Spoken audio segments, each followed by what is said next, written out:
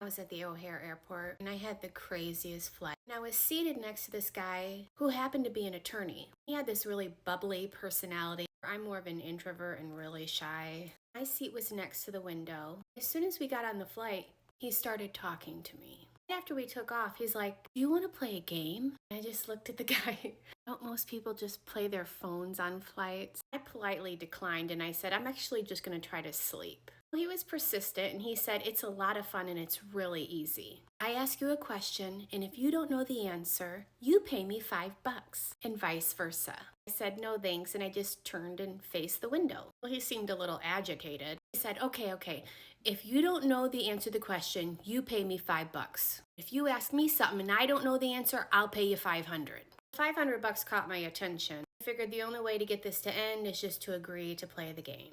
So I said, "Okay, I'll play." The guy was all giddy. He's like, "Okay, first question, what's the difference from the Earth to the moon?" Well, I didn't even say anything, and I just reached in my purse and got out $5 and gave it to the guy. He took the money and he goes, "Okay, your turn, ask me a question."